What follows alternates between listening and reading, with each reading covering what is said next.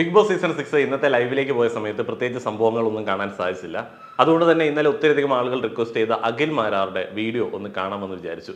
Video ഇന്നലെ തന്നെ കണ്ടിരുന്നു. ഇപ്പോൾ ഒന്നുകൂടെ നമ്മളത് കണ്ടിട്ട് ചില കാര്യങ്ങൾ പറയാനായിട്ട് ശ്രമിക്കുകയാണ്.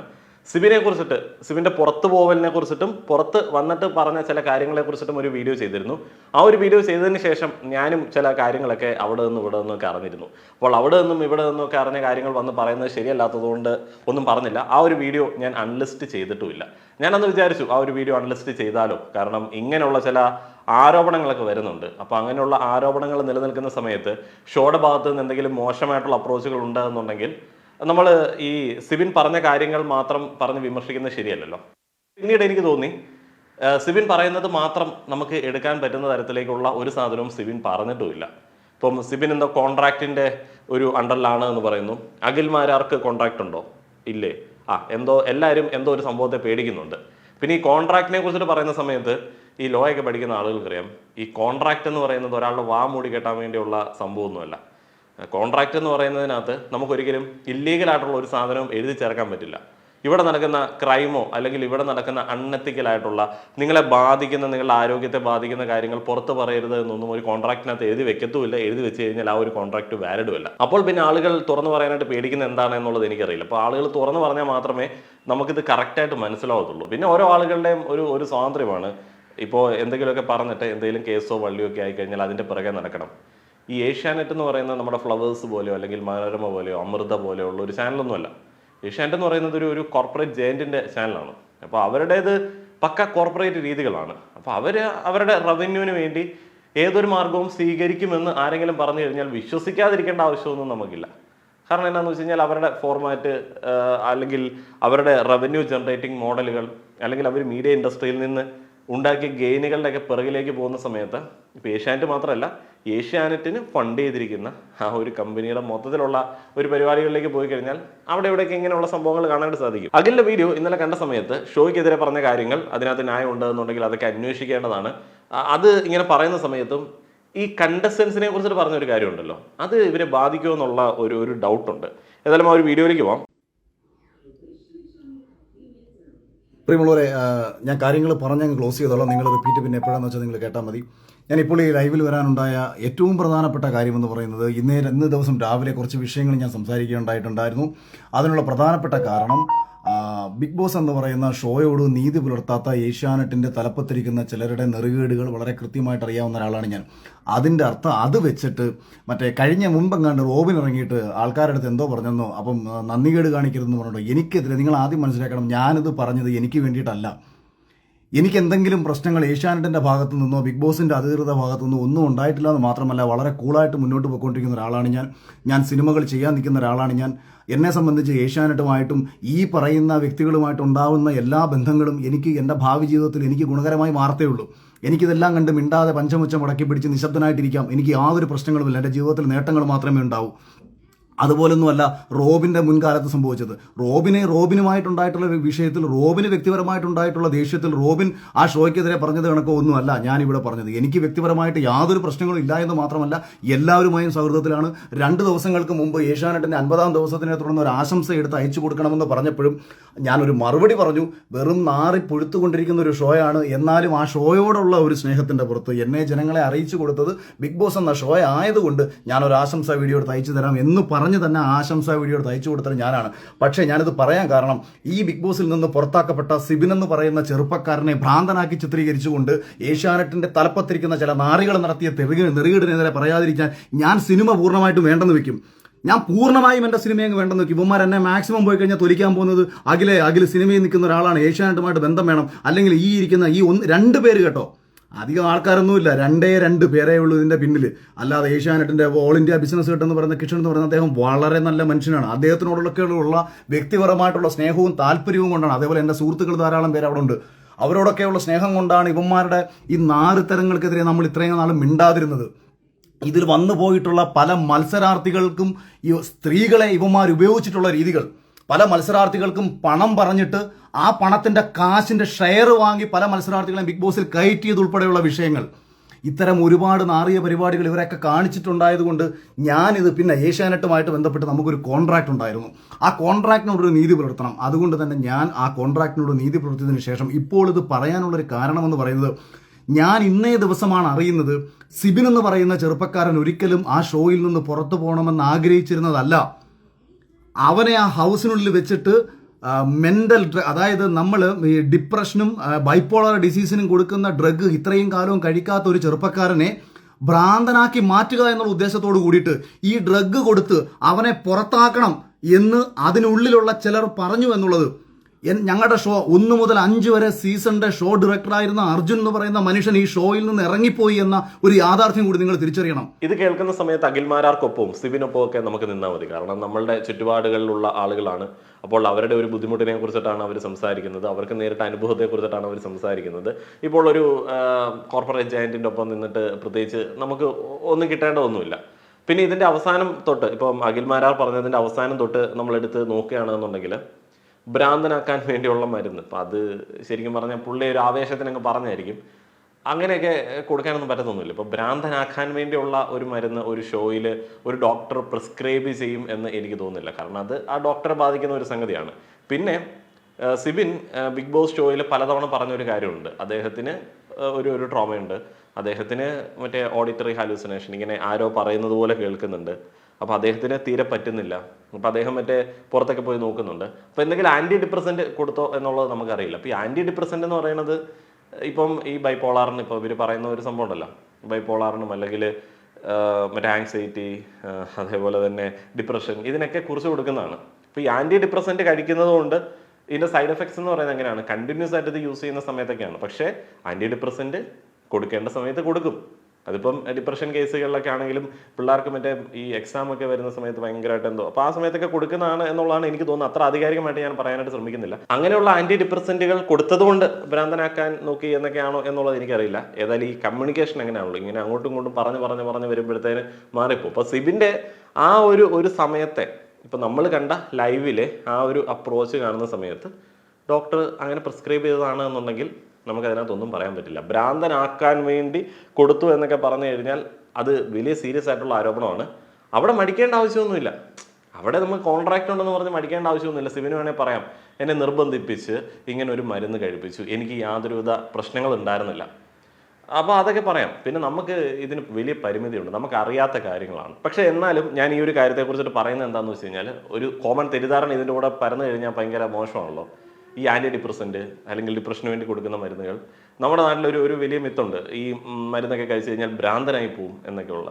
അങ്ങനെയൊന്നുമല്ല. അത് വേണ്ട സമയത്ത്, ഇപ്പം തീരെ ഹാൻഡിൽ ചെയ്യാൻ പറ്റാത്ത സമയത്ത് അതൊക്കെ എഴുതി കൊടുക്കുന്നതൊക്കെയാണ്. അപ്പോൾ അങ്ങനെ ഒരു തെറ്റിദ്ധാരണ പരത്തരുത് എന്ന് വിചാരിച്ചിട്ടാണ്. അപ്പം അങ്ങനെയുള്ള മരുന്നുകൾ വല്ലതും തെറ്റിദ്ധരിച്ചതാണോ എന്നുള്ളത് സിബിനാണ് പറയേണ്ടത്. പിന്നെ ഈ ബൈപ്പോളാറിൻ്റെ കാര്യമൊക്കെ ഏതോ ഒരു വീഡിയോയിൽ, ഈ വീഡിയോയിൽ തന്നെ ആണോ എന്നുള്ളത് എനിക്കറിയില്ല, പറയുന്നുണ്ട്. അത് ഞാൻ ഇതിൻ്റെ കൂടെ അങ്ങ് പറയുന്നു എന്നുള്ളതേ ഉള്ളൂ. അവിടെയൊക്കെ കൊടുക്കുന്നത് മറ്റേ മൂഡ് സ്റ്റെബിലൈസേഴ്സ് എന്ന് പറയുന്ന മെഡിസിൻ അല്ലേ, നിങ്ങൾ പല ആളുകൾ ഡോക്ടേഴ്സൊക്കെ ഉണ്ടല്ലോ. അപ്പോൾ ഈ മൂഡ് സ്റ്റെബിലൈസേഴ്സും ദീർഘകാല അടിസ്ഥാനത്തിൽ അഡിക്റ്റ് ആവുന്ന സമയത്തൊക്കെയാണ് സൈഡ് എഫക്ട്സ് വരുന്നത്. അതും കൊടുക്കുന്ന ഡ്രഗുകളാണ്. അത് ഭ്രാന്തനാക്കാൻ വേണ്ടി കൊടുക്കുന്ന ഡ്രഗുകളൊന്നുമല്ല. അങ്ങനെ റോങ് ആയിട്ടുള്ള ഒരു ഇന്റർപ്രിട്ടേഷൻ പോയിട്ടുണ്ടോ എന്നുള്ളത് നമുക്ക് അറിയില്ലല്ലോ. കഴിഞ്ഞ ഷോയുടെ ക്രിയേറ്റീവ് ഡയറക്ടറായിരുന്ന റുബീന എന്ന് പറയുന്ന സ്ത്രീയെ ഈ സീസണിൽ നിന്ന് മാറ്റി നിർത്തി. എന്താ കാര്യമെന്ന് ചോദിച്ചു കഴിഞ്ഞാൽ, ഇവന്മാരുടെ താല്പര്യത്തിനനുസരിച്ചുള്ള മത്സരാർത്ഥികൾ ജയിച്ചു വരണം. ആ താല്പര്യത്തിനനുസരിച്ചുള്ള മത്സരാർത്ഥികൾക്ക് വേണ്ടിയിട്ട് കൃത്യമായിട്ടുള്ള കാര്യങ്ങൾ പ്ലാൻ ചെയ്യാൻ വേണ്ടി അവിടെ പോയി നിന്നുകൊണ്ടിരിക്കുന്ന ഇവരുടെ ഈ നാരിത്തരങ്ങൾ ആരെങ്കിലുമൊക്കെ വിളിച്ച് പറയേണ്ട കാര്യങ്ങൾ കൃത്യമായി തെളിവുകൾ നിർത്തി കാര്യകാരണ അടിസ്ഥാനത്തിൽ സംസാരിച്ചാണ് എനിക്ക് ശീലം. അതുകൊണ്ട് ഏതെങ്കിലുമൊക്കെ ഊളകൾ വന്നിട്ട് എനിക്ക് എന്നെ തൊലിച്ചുകൊണ്ടുള്ള കമന്റുകൾ ഇട്ടുകൊണ്ട് വരരുത്. ഞാനീ സംസാരിക്കുന്നത് എനിക്ക് വേണ്ടിയിട്ടുള്ള എല്ലാ നഷ്ടങ്ങളും ഏറ്റെടുത്തുകൊണ്ട് ഒരു കോപ്പും എൻ്റെ ജീവിതത്തിൽ ഇവനൊന്നും ചെയ്യാൻ പോത്തില്ല എന്നുള്ള അടിയുറച്ച വിശ്വാസത്തിൽ ആർക്കെതിരെയും എന്തും സംസാരിക്കാനുള്ള ആത്മധൈര്യം സത്യത്തിനൊപ്പം നിൽക്കുമ്പോൾ എനിക്കുള്ളിടത്തോളം കാലം അത് ഏഷ്യാന്റെ തലപ്പത്തിരിക്കുന്നവരാണെന്നുണ്ടെങ്കിലും ഇന്ത്യൻ ഭരണഘടനയുടെ തലപ്പത്തിരിക്കുന്ന, അല്ലെങ്കിൽ എനിക്ക് കേന്ദ്രത്തിന്റെ തലപ്പത്തിരിക്കുന്നവരാണെന്നുണ്ടെങ്കിലും കേരളത്തിന്റെ തലപ്പത്തിരിക്കുന്നവരാണെങ്കിലും എനിക്ക് ഒരേപോലെ ഉള്ളൂ. ഈ നാളത്തെ ഈ നിമിഷം കുമാരെല്ലാം ചേർന്ന് എന്നെ കൊന്നു കളഞ്ഞാൽ അഭിമാനത്തോടുകൂടി മരിക്കാൻ തയ്യാറാണ്. എനിക്കങ്ങനൊന്നും ഒരുത്തരം പേടിയും കോപ്പമൊന്നുമില്ല. എൻ്റെ വൈഫും എൻ്റെ പിള്ളേരും ഒക്കെ എൻ്റെ സ്വഭാവം പണ്ടേ കണ്ടു വളർന്നവരാ. ഈ കിട്ടിയതൊക്കെ പ്ലസ് ആണ് എനിക്ക്. അവരൊന്നും എനിക്ക് ഒന്നും കിട്ടണമെന്ന് വിചാരിച്ചില്ല. എനിക്ക് ഇത്രയും ദേഷ്യമുള്ളത്, ഒരു ചെറുപ്പക്കാരനാ മത്സരാർത്ഥി, അവൻ പുറത്ത് സപ്പോർട്ട് കിട്ടുന്നുവെന്ന് കണ്ട നിമിഷം അവനെ ഈ ഷോയിൽ നിന്ന് പുറത്താക്കാൻ വേണ്ടിയിട്ട് സ്വാഭാവികമാണ്. അപ്പം ഒരാൾക്ക് മാനസികമായിട്ടുള്ള സമ്മർദ്ദങ്ങൾ ഉണ്ടാവും. അവനെ തകർക്കാൻ വേണ്ടി പല കാര്യങ്ങളും ആ ഷോയുടെ അധികൃതർ ചെയ്യും. ഞാനും അതിനെതിരെ പറഞ്ഞിട്ടുണ്ട്. ഞാൻ പേഴ്സണലി മെസ്സേജ് അയച്ച സിബിനെ നിനക്ക് വല്ല കാര്യമുണ്ടായിരുന്നു ആ ഷോയിൽ നിന്ന് ഇറങ്ങിപ്പോണ്ടത്? നീ ഇത്രേ ഉള്ളായിരുന്നോ? കഴിഞ്ഞ സീസണിൽ എന്താ മോഹൻലാലും അല്ലെങ്കിൽ ബിഗ് ബോസിന്റെ ആൾക്കാരും വന്നിട്ട് എന്നെ കനപ്പിക്കുക ചെയ്തത്? അവരവിടെ പേഴ്സണലി പറയുന്നുണ്ട് എന്നെ പുറത്താക്കാൻ വേണ്ടി ഉമ്മി നോക്കി, ചെയ്യാൻ പറ്റുന്ന മാക്സിമം ചെയ്തു. ഏശാത്തത് കൊണ്ടാണ്. അല്ലെ നിങ്ങൾ വിചാരിക്കുന്നുണ്ടോ എന്നെപ്പോലെ ഒരുവനെ ജയിപ്പിക്കാൻ ഇവർ നിൽക്കുമെന്ന്? സാബുമോനെ പോലെ ഒരാളെ സാബുമോന്റെ കാര്യത്തിൽ ഇവർക്ക് പറ്റിയ അബദ്ധമെന്ന് പറയുന്നത് അന്ന് പേളിമാണി ജയിക്കുമെന്നുള്ള കാര്യത്തിൽ ഇവർക്ക് ഉറപ്പായിരുന്നു. അവസാന സമയത്ത് ചെറിയ വേരിയേഷന്റെ പുറത്ത് സാബു ജയിച്ചു എന്നത് ഒഴിച്ചാൽ ഇവർ ഒരിടത്തും പ്രതീക്ഷിച്ചിരുന്നില്ല സാബു ജയിക്കുമെന്നുള്ള കാര്യം. ഒരു സിനിമാ സംവിധായകനും സോഷ്യൽ മീഡിയയിൽ അത്യാവശ്യം ചർച്ച ചെയ്യപ്പെട്ടുള്ള ഒരാളുമായ അല്ലെങ്കിൽ പലവിധ ചാനൽ ചർച്ചകളിൽ പങ്കെടുത്തിട്ടുള്ള ഒരാളുമായ എനിക്ക് കിട്ടിയതിന്റെ 3 ഇരട്ടി ശമ്പളം കൊടുത്തു കയറിയ മത്സരാർത്ഥികൾ ഉണ്ട് കഴിഞ്ഞ സീസണിൽ. ആരാണ് ഈ ശമ്പളം ഈ രീതിയിൽ അവർക്ക് കൊടുത്തത്? അതിന്റെ ഷെയർ വാങ്ങി സ്ത്രീകളെ സ്വന്തം കാര്യങ്ങൾക്ക് ഉപയോഗിച്ചുകൊണ്ട്, മത്സരാർത്ഥികളെ സ്വന്തം കാര്യങ്ങൾക്ക് ഉപയോഗിച്ചുകൊണ്ട് ഇത്തരം നാറിയ പരിപാടികൾ കാണിക്കുന്ന അവന്മാരെ തുറന്നു കാണിക്കണം. ഇതൊക്കെ കുറച്ച് ഇന്റേണൽ ആയിട്ടുള്ള കാര്യങ്ങളാണ്. അപ്പോൾ ഇതിൽ നിന്ന് എനിക്ക് മനസ്സിലായ ഒരു സംഗതിയുണ്ട്. ഇപ്പോൾ പ്രേക്ഷകരുടെ വോട്ടിൻ്റെ സ്ഥാനം ഉണ്ടല്ലേ, ഞാൻ ഒരിടക്കൊക്കെ വിചാരിച്ചിരുന്നു ആൾക്കാർ വോട്ട് ചെയ്യുന്നതൊക്കെ വെറുതെയാണ്. കാരണം ഇത് കണ്ടന്റ് നോക്കിയിട്ടാണ് ചെയ്യുന്നത്. അല്ല എന്നുണ്ടെങ്കിൽ നമുക്ക് തീരെ പ്രതീക്ഷയില്ലാത്ത കണ്ടസ്റ്റൻസ് പുറത്തേക്ക് പോകുന്നു. അപ്പോൾ അഖിൽ പറഞ്ഞതനുസരിച്ചിട്ടാണ് എന്നുണ്ടെങ്കിൽ അഖിലിന് വോട്ടുകൾ കൊണ്ട് അവസാനം കപ്പ് കൊടുക്കേണ്ടി വന്നു, സാബുവിന് കപ്പ് കൊടുക്കേണ്ടി വന്നു. അപ്പോൾ ഇവർ തുറന്ന് സമ്മതിക്കുന്ന ഒരു കാര്യമുണ്ട്, കണ്ടസ്റ്റൻസിനെ മാനസികമായിട്ട് തളർത്താനായിട്ട് ശ്രമിക്കും. മൊത്തത്തിൽ ഈ ഷോ ടോക്സിസിറ്റി സ്പ്രെഡ് ചെയ്യുന്ന ഒരു ഷോയാണ്. ഇത് കാണുന്ന ഓഡിയൻസും ഭയങ്കരമായിട്ട് മാനിപ്പുലേറ്റർ ആവാറുണ്ട്. അവരെല്ലാം 2 പക്ഷം പിടിച്ചിട്ട് പല രീതിയിലേക്ക് ആർക്കൊക്കെയോ വേണ്ടി എന്തൊക്കെയോ ചെയ്യാറുണ്ട്. എന്നാലും ഇതൊക്കെ അറിഞ്ഞിട്ട് തന്നെയാണ് നമ്മളിൽ പല ആൾക്കാരും ഇത് കാണുന്നതും റിവ്യൂ ചെയ്യുന്നതും ഒക്കെ. അപ്പോൾ ഇത് ശരിക്കും പറഞ്ഞാൽ പ്രൊമോട്ട് ചെയ്യുന്നത് പോലെ അല്ലേ എന്നൊക്കെ കഴിഞ്ഞ ദിവസം ചില ആളുകൾ ചോദിച്ചു, നിങ്ങളിത് റിവ്യൂ ചെയ്യുന്ന സമയത്ത്. ഓരോ ആളുകളുടെ ഓരോ ഇൻട്രസ്റ്റ് ആണ്. ഇപ്പം ഞാൻ സത്യം പറഞ്ഞാൽ ഈ ഒരു ഷോയെക്കാളും കൂടുതൽ എപ്പോഴും പറയുന്നത്, നിങ്ങൾക്കറിയാം, റിവ്യൂവിലടക്കം പറയുന്നത് ഈ ഷോ നോക്കി കാണുന്ന പുറത്തുള്ള ആൾക്കാരെ കുറിച്ചിട്ടാണ്. ഈ സോഷ്യൽ സൈക്കോളജി ഭയങ്കര രസകരമായിട്ടുള്ള ഒരു സംഭവമാണ്.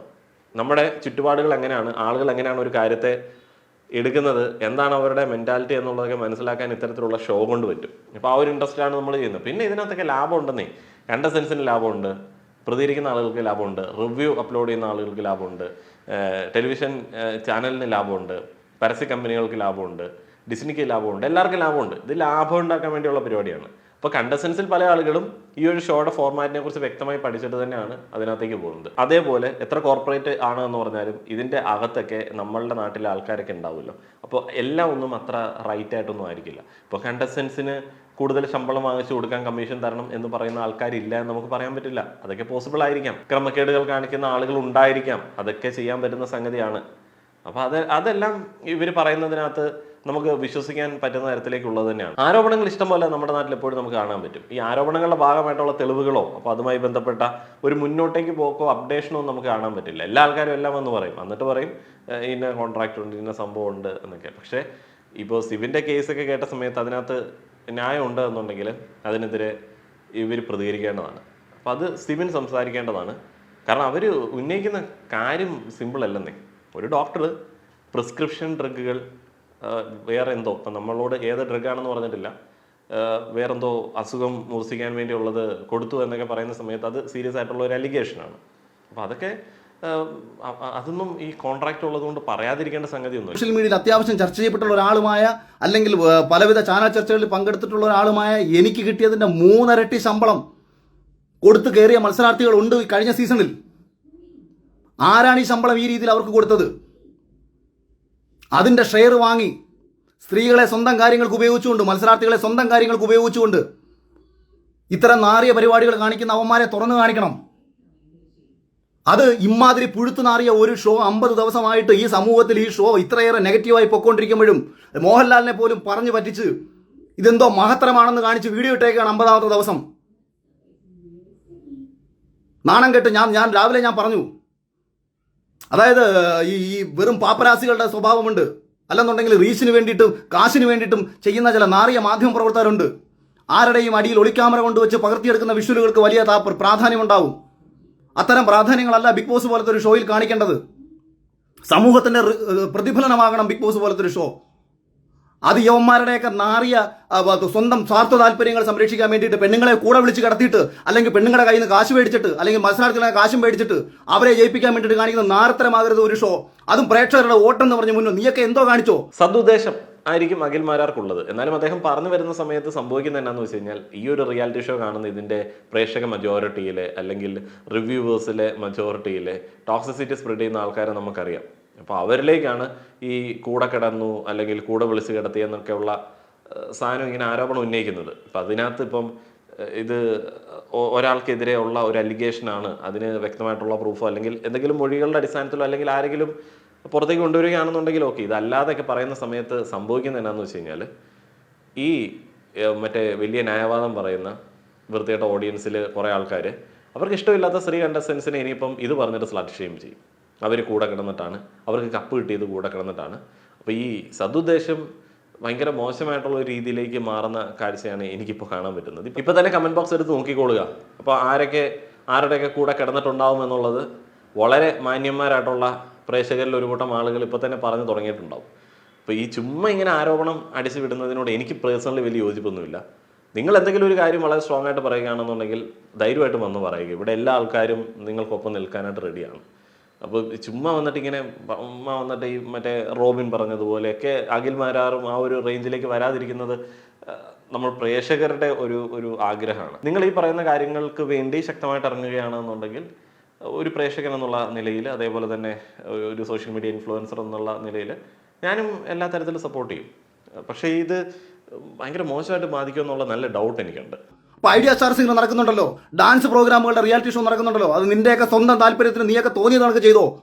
പക്ഷേ പ്രേക്ഷകരാണെല്ലാം ഈ ജനങ്ങളുടെ മുന്നിലേക്ക് ഞങ്ങൾ ഇട്ട് കൊടുക്കുന്നു.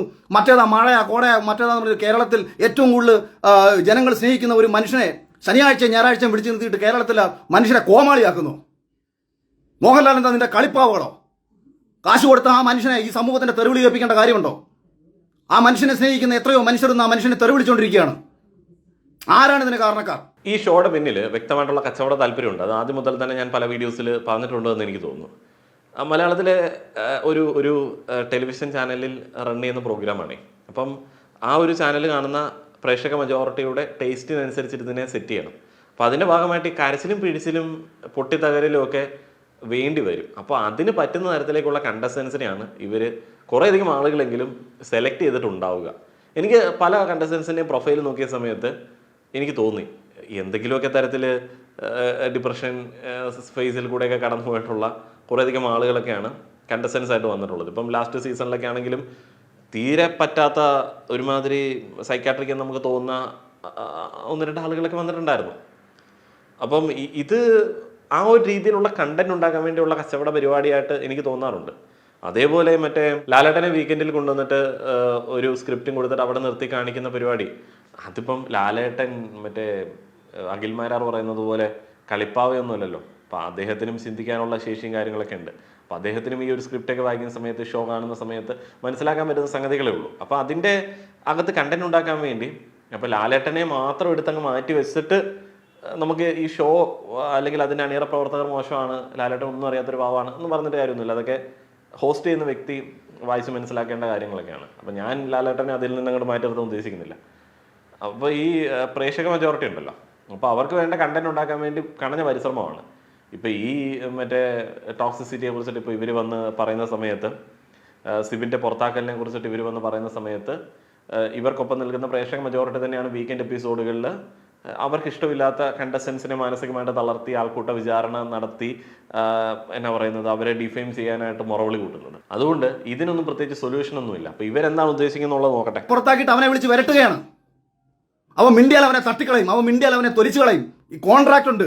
എന്നെ കഴിഞ്ഞ സീസണിൽ ഇതാണൊക്കെ വിളിച്ചൊന്ന് കോൺട്രാക്ട് ഉണ്ടാക്കിയപ്പോൾ ഞാൻ പറഞ്ഞു ചാനലിന്റെ പേര് ഏഷ്യാനെറ്റ് എന്നല്ലേ, സുപ്രീം കോടതി നല്ലല്ലോ, അവരുടെ കൈ വെച്ചിരുന്നാൽ മതി എന്നാണ് ഞാൻ പറഞ്ഞത്. എന്നെ വിളിച്ചിട്ട് കോൺട്രാക്റ്റാണ് അഖിൽ അങ്ങനെ സംസാരിക്കരുത്, അഖിൽ ഇങ്ങനെ സംസാരിക്കരുത്. അപ്പോൾ അതുകൊണ്ട് ഏതെങ്കിലും ഒരു ചെറുപ്പക്കാരനെയോ ഒരു വ്യക്തികളെയോ നേരെ ഇത്തരത്തിൽ തെമ്മാടിത്തരങ്ങൾ കാണിച്ചു വെച്ചിട്ട് സ്വന്തം താല്പര്യങ്ങൾ സംരക്ഷിക്കാൻ വേണ്ടി ഒരു ഷോ നടത്തി പ്രേക്ഷകരെ വിഡ്ഢികളാക്കുന്ന ഇമാതിരി 4 തരത്തിനെതിരെ ശക്തമായി പ്രതികരിക്കാൻ തന്നെയാണ് ഉദ്ദേശം. അത് എനിക്ക് ഇന്ന് ഇത്രയും വൈകാരികമായി ഞാൻ പ്രതികരിക്കാനുണ്ടായ കാരണം ഒരു ചെറുപ്പക്കാരനെ ആ ഷോയിൽ മികച്ച രീതിയിൽ പൊയ്ക്കൊണ്ടിരിക്കുന്നു പ്രേക്ഷകർക്ക് എനിക്ക് തോന്നിയല്ല കേട്ടോ. ഞാൻ പറഞ്ഞത് പ്രേക്ഷകർക്ക് ഇഷ്ടപ്പെട്ട സിബിൻ എന്ന് പറയുന്ന ഒരു ചെറുപ്പക്കാരനെ ആ സീസണിൽ നിന്ന് പുറത്താക്കാൻ വേണ്ടിയിട്ട് നാറിയ കളികൾ കളിക്കുകയും അവനെ വിളിച്ച് ഭീഷണിപ്പെടുത്തുകയും അവനെ മാനസിക രോഗിയാക്കി ചിത്രീകരിക്കാൻ ശ്രമിക്കുകയും ചെയ്ത ഇവന്മാർക്കെതിരെ പിന്നെ പ്രതികരിക്കണ്ടേ? ഞാൻ ഇന്ന് വരെയും സമൂഹത്തിന്റെ വിരോധം പിടിച്ചു പറ്റിയതും എന്നെ ആൾക്കാർ വെറുത്തതും അല്ലെങ്കിൽ ആൾക്കാർ എന്തെങ്കിലുമൊക്കെ നഷ്ടം എനിക്കുണ്ടായതും ഒന്നും എനിക്ക് വേണ്ടിയിട്ടായിരുന്നില്ല. അന്നും ഇന്നും ആത്മവിശ്വാസവും ആത്മധൈര്യവും മറ്റുള്ളവനോട് വേണ്ടി സംസാരിക്കുമ്പോഴാണ്. അതുകൊണ്ട് അതേ ആത്മവിശ്വാസത്തിലും അതേ ആത്മധൈര്യത്തിലും പറയുകയാണ്, ചെയ്യുന്ന 4 തരത്തിനെതിരെ പ്രതികരിച്ചിരിക്കും. അത് ചാനലിനോടോ എനിക്ക് നന്ദി പ്രേക്ഷകരോടാണ്. എനിക്ക് ഏഷ്യാനെറ്റിൽ എന്നെ ഇന്റർവ്യൂ കഴിഞ്ഞ സമയത്ത് എന്നെ പുറത്താക്കണമെന്ന് തീരുമാനിച്ച ആൾക്കാരാണ്. എന്നെ ആരാണോ ഈ കഴിഞ്ഞ സീസണിൽ എടുക്കരുതെന്ന് വിചാരിച്ചാൽ അയാൾ ആഗ്രഹിച്ച ആൾക്കാരാണ് റോബിനെ പുറത്താക്കണമെന്നും സാബുവിനെ പുറത്താക്കണമെന്നും രജത് കുമാറിനെ പുറത്താക്കണമെന്നും. ആരുടെ ശ്രദ്ധയാണോ പ്രേക്ഷകരിലേക്ക് പോകുന്നത് ആ മത്സരാർത്ഥികളെ പുറത്താക്കണമെന്ന് ചിന്തിച്ച ഒരുത്തരാണ് ഏഷ്യാന്റെ തലപ്പത്ത് കേരളത്തിലിരിക്കുന്നത്. അതുകൊണ്ട് ഇവൻ പ്രേക്ഷകനെ മുൻനിർത്തി കോമാളിത്തരം കളിക്കരുത്. സ്വന്തമായിട്ട് എന്തും കളിച്ചോ. ബിഗ് ബോസ് നടത്തുകയോ മറ്റേ ഏത് റിയാലിറ്റി ഷോയും ഒരു ചാനലിൽ നടത്താം. ഒരു കോർപ്പറേറ്റ് ചാനലിന് കാശുണ്ടെന്നുണ്ടെങ്കിൽ എന്ത് തെമ്മാടിത്തരങ്ങളും ഷോയുടെ പേരിൽ കാണിക്കാം. പക്ഷെ പ്രേക്ഷകരെ നിർത്തിക്കൊണ്ട്, ഇതൊരു ജനാധിപത്യ രാജ്യമാണ്. വോട്ട് ചെയ്യുന്ന ഒരു പ്രേക്ഷകനെ കോമാളിയാക്കിക്കൊണ്ട് ഇത് വോട്ടടിസ്ഥാനത്തിൽ ഒരാളെ പുറത്താക്കും. ഞാൻ ഇപ്പോഴും പറയുന്നു, വോട്ട് എന്ന് പറയുന്നത് തന്നെയാണ് ബിഗ് ബോസിന്റെ അടിസ്ഥാന നയമെന്നാണ് 100% നിലവിൽ ഇതുവരെയും ഞാൻ വിശ്വസിക്കുന്നത്. കൃത്യമായ ഓഡിറ്റിങ്ങും കാര്യങ്ങളും ഉണ്ട്, അങ്ങനെ തന്നെയാണ് പോകുന്നത്. പക്ഷേ പ്രേക്ഷകരെ കോമാളിയാക്കി കൊണ്ടുപോവുകയാണ്. ഈ വീക്കെൻഡ് എപ്പിസോഡിൽ സിബിനെ മാനസികമായി തളർത്തി എന്ന് പറയുന്ന ഒരു സംഭവം ഞാനും കണ്ടതാണ്. അപ്പോൾ അതിനകത്ത് ചോദിക്കേണ്ട കാര്യങ്ങളാണ് ചോദിച്ചതെന്നുള്ള ഒരു അഭിപ്രായക്കാരനാണ് ഞാനിപ്പോഴും. അതിനുശേഷം ലൈവിൽ കണ്ട കാര്യങ്ങൾ ഇനിയിപ്പം സിബിൻ പറയാത്ത കാര്യങ്ങളാണോ എന്നുള്ളത് എനിക്കറിയില്ല. സിബിൻ പറഞ്ഞ കാര്യങ്ങൾ കേട്ട സമയത്ത് എനിക്ക് ഭയങ്കര വിഷമം തോന്നി. മനുഷ്യത്വം എന്ന് പറയുന്ന ഒരു സാധനം വെച്ചിട്ട് എനിക്ക് തോന്നിയത്, ഇപ്പം നമ്മൾ ഈ ഷോ കണ്ട ഇതിലാണ് പറയുന്നത് കേട്ടോ, ഇതെല്ലാം മാറ്റി പറയേണ്ടത് സിബിനാണ്. സിബിൻ വന്ന് പറയണം. അവിടെ കോൺട്രാക്റ്റ് ഒന്നും നോക്കേണ്ട ആവശ്യമൊന്നുമില്ല. കാരണം നിങ്ങൾക്ക് നിങ്ങളുടെ മനുഷ്യാവകാശങ്ങൾക്ക് വിരുദ്ധമായിട്ടുള്ള കാര്യം ബാധിച്ചിട്ടുണ്ട് എന്നുണ്ടെങ്കിൽ അത് വന്ന് പറയാൻ ഒരു കോൺട്രാക്റ്റിൻ്റെയും പേടിക്കേണ്ട ആവശ്യമൊന്നുമില്ല. അപ്പോൾ സിബിനാണ് പറയേണ്ടത്. അപ്പോൾ സിബിൻ അവിടെ വന്നിട്ട് അദ്ദേഹത്തിൻ്റെ ട്രോമയെ കുറിച്ചിട്ടോ അങ്ങനെയുള്ള കാര്യങ്ങളെ കുറിച്ചിട്ടൊക്കെ പറയുന്ന വിഷ്വൽ കാണിച്ചതുകൊണ്ടാണോ അയാളെ മാനസിക രോഗിയായിട്ട് ചിത്രീകരിക്കാൻ ശ്രമിച്ചു എന്നൊക്കെ പറഞ്ഞെന്നുള്ളത് എനിക്കറിയില്ല. അപ്പം നമ്മളൊന്നും അങ്ങനെ വിചാരിച്ചിട്ടില്ല. ഇപ്പം ഇതെല്ലാം അഖിൽ പറയുമ്പോഴാണ് നമുക്ക് ഈ ഭ്രാന്ത്, മാനസിക രോഗം എന്ന് പറയുന്ന വേർഡ്സ് പോലും നമ്മളുടെ ഉള്ളിലേക്ക് വരുന്നത്. നമ്മൾ ഇതിനെ കുറിച്ചിട്ടൊന്നും ചിന്തിച്ചു പോലും ഇല്ല. മനുഷ്യനാണ് ഡിപ്രസ്ഡ് ആവും. അതേപോലെ തന്നെ ഇത് അങ്ങനെ ഒരു റിയാലിറ്റി ഷോ ആണ്. ഇതിപ്പോൾ ഈ ഒരു വീഡിയോയിൽ ഒത്തിരിയധികം ക്ലാരിറ്റി പ്രശ്നങ്ങളുണ്ട്. അപ്പോൾ ഇതിനെ കുറിച്ചിട്ട് നമ്മൾ എന്ത് പറയാനാണ്? സിബിൻ വന്ന് പറയട്ടെ. സിബിൻ എന്താണ് സംഭവിച്ചെന്നുള്ളത് സിബിൻ വന്ന് പറയട്ടെ. അവിടെ മറ്റേ എടോ മനുഷ്യാവകാശ ലംഘനങ്ങളൊന്നും കോൺട്രാക്റ്റിൽ എഴുതി ചേർക്കാനൊന്നും പറ്റത്തൊന്നുമില്ല. നിങ്ങൾക്ക് അവിടെ നിന്ന് അങ്ങനെ മോശമായിട്ടുള്ള ഒരു സംഭവം തോന്നിയിട്ടുണ്ട് എന്നുണ്ടെങ്കിൽ, അത് ജെന്യൂൻ ആണെന്നുണ്ടെങ്കിൽ, അത് നിങ്ങളുടെ ഒരു പൗരാവകാശങ്ങൾക്ക് എതിരാണെന്നുണ്ടെങ്കിൽ ഉറപ്പായിട്ടും പറയാനുള്ള പ്രൊവിഷനുണ്ട്. അതിനെതിരെ അവർക്കൊന്നും ചെയ്യാൻ പറ്റത്തൊന്നുമില്ല. ഒരാൾക്കും അത് ചെയ്യാൻ പറ്റത്തില്ല. ഒരു ലോയറെ കൺസൾട്ട് ചെയ്ത് കഴിഞ്ഞാൽ നിങ്ങൾക്കത് മനസ്സിലാവത്തില്ലേ? എനിക്കറിയില്ല. ഇപ്പം നമുക്കിപ്പോൾ അഖിലിനൊപ്പം സിബിനൊപ്പം നിൽക്കാനാണ് ആഗ്രഹം. നമുക്കിപ്പോൾ ഏഷ്യാനൊപ്പം നിൽക്കേണ്ട ആവശ്യമുണ്ടോ? അവരോടൊപ്പം നിൽക്കേണ്ട ഒരു ആവശ്യമൊന്നുമില്ല. പക്ഷെ നമുക്ക് ഒരു കാര്യം സോഷ്യൽ മീഡിയയിൽ കേൾക്കുന്ന സമയത്ത് അതിൻ്റെ ബാക്കി കാര്യങ്ങൾ അറിയണമെന്നുള്ള ഒരു ആഗ്രഹം ആവശ്യമൊക്കെ ഉണ്ട്. അപ്പോൾ അവരത് ബാക്കി പറയട്ടെ എന്ന് ഞാൻ വിചാരിക്കുകയാണ്. ശരിക്കും സിബിനെ പോലുള്ള ആളുകൾ, ഇതുപോലെ ബാധിക്കപ്പെട്ട ആളുകൾ, അവർക്കെതിരുണ്ടായ മനുഷ്യാവകാശ ലംഘനങ്ങളെ കുറിച്ചിട്ട് പ്രേക്ഷകരോട് വ്യക്തമായിട്ട് പറയേണ്ടതാണ്. അതിനൊരു കോൺട്രാക്റ്റിനെ പേടിക്കേണ്ട ആവശ്യമൊന്നുമില്ല. അങ്ങനെ ഒരു കോൺട്രാക്റ്റ് ഒന്നും ഇല്ല. അത് പറഞ്ഞില്ലെങ്കിലുള്ള പ്രശ്നം എന്താണെന്ന് വെച്ച് കഴിഞ്ഞാൽ, ഇത് കാണുന്ന പ്രേക്ഷകൻ ഭയങ്കര അൺഎത്തിക്കലായിട്ടുള്ള ഒരു കാര്യം ചെയ്യുന്നത് പോലെയുള്ളൊരു ഗിൽറ്റ് ഫീലിംഗ് കിട്ടും. ഇപ്പോൾ എനിക്ക് ഇപ്പം ഷോ കാണുന്ന സമയത്ത് അയ്യോ ഇത്രയധികം ആളുകളെ മാനിപ്പുലേറ്റ് ചെയ്യുന്ന എന്തൊക്കെയോ പിന്നിൽ നിഗൂഢതകളുള്ള ഒരു ഷോ ആണല്ലോ, ഇപ്പം ഇത് കാണുന്നത് ശരിയാണോ എന്നുള്ളൊരു തോന്നലുണ്ട്. അപ്പം ഇത് ബാക്കിയുള്ള കണ്ടസ്റ്റൻസിനോട് കാണിക്കുന്ന ഒരു നീതികേടായി വരാൻ സാധ്യതയുണ്ട്. അതുകൊണ്ട് തന്നെ പ്രേക്ഷകൻ അറിയേണ്ട ഒരു ആവശ്യമുണ്ട് എന്ന് എനിക്ക് തോന്നുന്നു. ഞാൻ അതിനെക്കുറിച്ചിട്ടാണ് ആലോചിക്കുന്നത്. അപ്പം നിങ്ങളുടെ അഭിപ്രായങ്ങൾ പറയുക. നമുക്ക് ഇങ്ങനെ കേട്ട കാര്യങ്ങളല്ലേ മനസ്സിലാക്കാൻ പറ്റത്തുള്ളൂ. എനിക്ക് പേഴ്സണലി യോജിക്കാൻ പറ്റുന്ന ജെനുവിൻ സോഴ്സുകളിൽ നിന്നിട്ട് പല കാര്യങ്ങളും കേട്ടിട്ടുണ്ട്. പക്ഷെ അത് നിങ്ങളുടെ മുൻപിലേക്ക് പറയാൻ പറ്റുന്ന തരത്തിലേക്ക് അതിനെ സപ്പോർട്ട് ചെയ്യുന്ന വേറെ എവിഡൻസ് ഒന്നും ഇല്ല. അതുകൊണ്ടാണ് ഞാൻ കൂടുതലൊന്നും പറയാത്തത്. ഏതായാലും ഈ കഴിഞ്ഞ ദിവസം തൊട്ട് ഇത് കേട്ടപ്പോൾ തൊട്ട് എനിക്കൊരു ഗിൽറ്റ് ഫീലിംഗ് ഉണ്ട്. ഭയങ്കര മോശമായിട്ടുള്ള റിയാലിറ്റി ഷോ ആണല്ലോ, ഇതിൻ്റെ പിന്നിൽ ഇങ്ങനെയൊക്കെയുള്ള ഭയങ്കര മോശമായിട്ടുള്ള പരിപാടികളൊക്കെ ഉണ്ട് എന്നുണ്ടെങ്കിൽ അയ്യോ ഇത് കാണുന്നത് ശരിയാണോ എന്നുള്ളൊരു ഗിൽറ്റ് ഫീലിംഗ് ഒക്കെ ഉണ്ട്. പിന്നെ ഈ പറയുന്ന കണ്ടസ്റ്റൻസ് എല്ലാം അത് മനസ്സിലാക്കിയ ആളുകളാണ്. അപ്പോൾ അത് അതിജീവിക്കുന്നതാണ് ഗെയിം എന്നൊക്കെ പറയുന്നത് കേൾക്കുന്നു. മൊത്തത്തിലൊരു കൺഫ്യൂഷനാണ്. നിങ്ങളുടെ അഭിപ്രായങ്ങൾ പറയുക. നന്ദി.